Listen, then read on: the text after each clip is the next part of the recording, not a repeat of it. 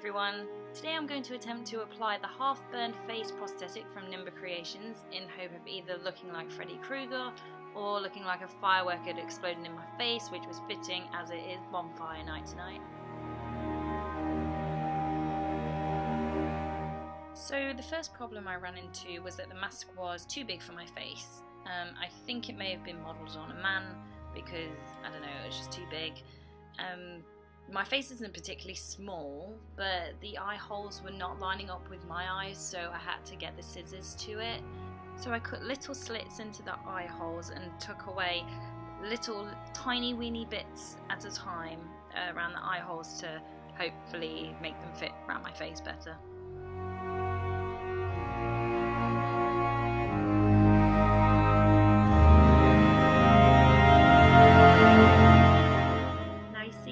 The gelatin is thinner here, it's where the nose hole is supposed to be, so I just open that up with the scissors.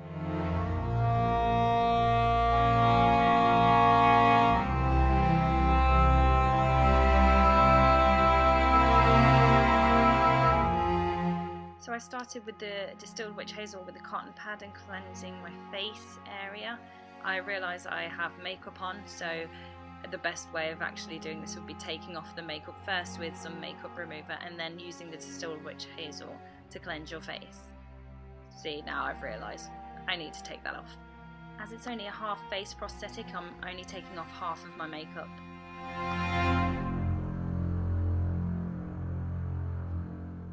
To make sure I don't rip my eyebrow off, I need to make sure I don't apply any adhesive to my eyebrow or to the mask where my eyebrow will be underneath it. So I've used a liquid eyeliner to mark around my eyebrow. You can use any liquid liner to do this. This particular one is a Lancome liquid liner. I'm not even going to say what the other name is, it's some French thing. And I look really silly! Then press the prosthetic to your face so the eyeliner prints onto the mask so you know where not to put the adhesive. It transferred onto the prosthetic very lightly, so I then just went over it with the liquid liner, and this is what it looks like now. So don't put glue on that part.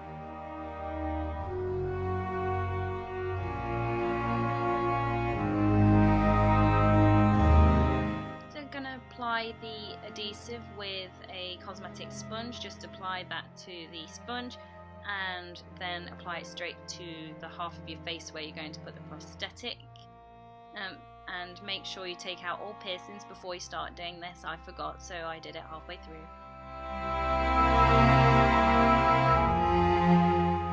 Be careful not to put the adhesive in your eye either. And then apply the adhesive to the prosthetic. Remember to avoid that eyebrow area.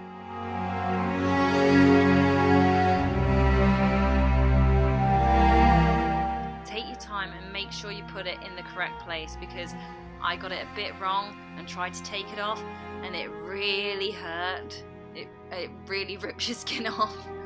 So take your time to make sure you position it correctly. If this does happen to you, probably use some adhesive remover on it.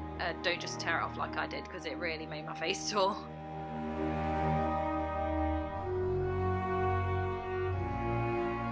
I'm not picking my nose, I swear. I'm just opening up the nose hole a little bit more.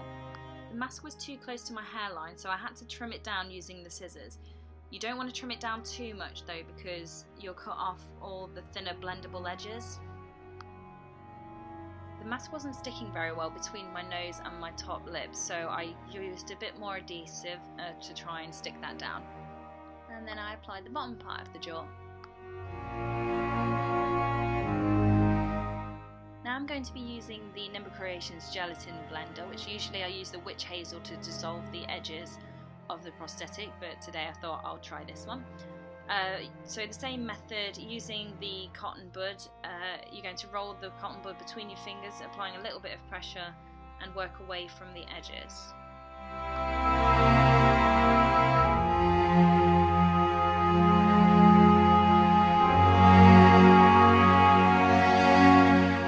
This section between the nose and top lip was very difficult to try and blend. In the end I kind of gave up on it.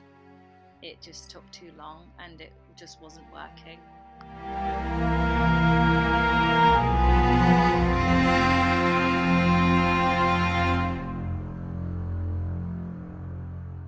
So now I'm using the Kryolan Supracolor palette W, and I'm using the colours 1W and 2W and mixing them together.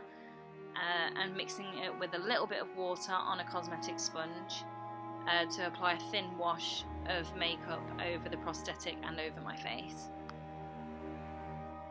Then we're going to use the Kryolan Supracolor palette in B, and we're using the white, which is 071, and the red in 082, mixing this together to create the pink colour for the exposed gum area.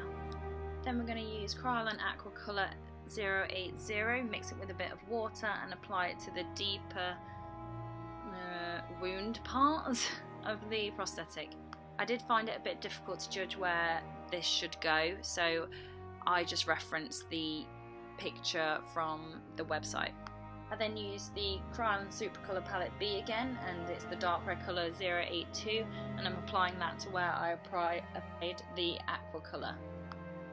I then applied some of the colour to the gum area as well, just to give a bit more depth.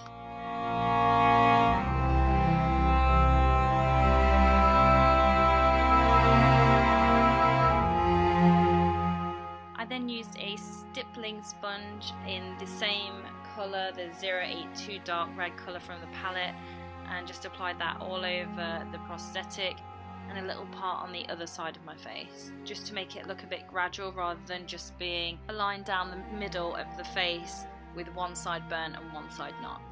So to make the burns look a bit more wet and fresh, I'm applying the Fleet Street Bloodworks drying blood.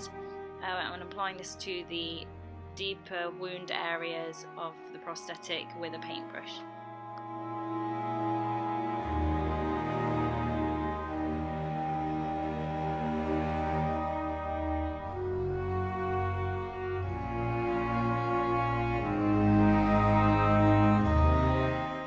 So this is the finished look. It took 1 hour and 20 minutes, which is quite a long time.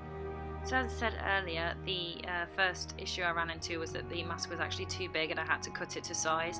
So I think it's more suited to a man's face than a woman's face.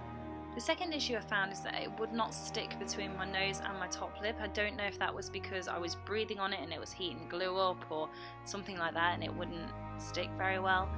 I also found that when it's so close to the eye, it's very hard to blend it as well as you want. And I also found it very hard to blend around the nose and lip area. So let's do some tests.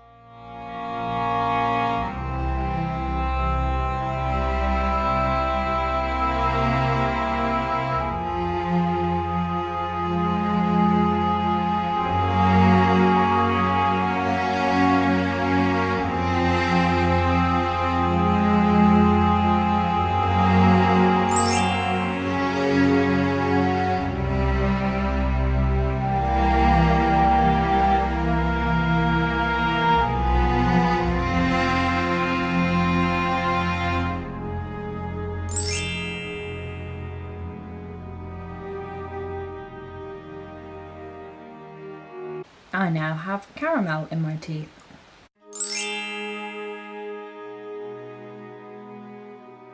So overall, this mask cost £28.50 from Nimba Creations, and it does look good and feels like it's good quality, but I would stay away from this one if you're a lady, unless you have a very steady hand whilst using scissors, and have the patience of a saint, because you will most likely have to cut this one to size.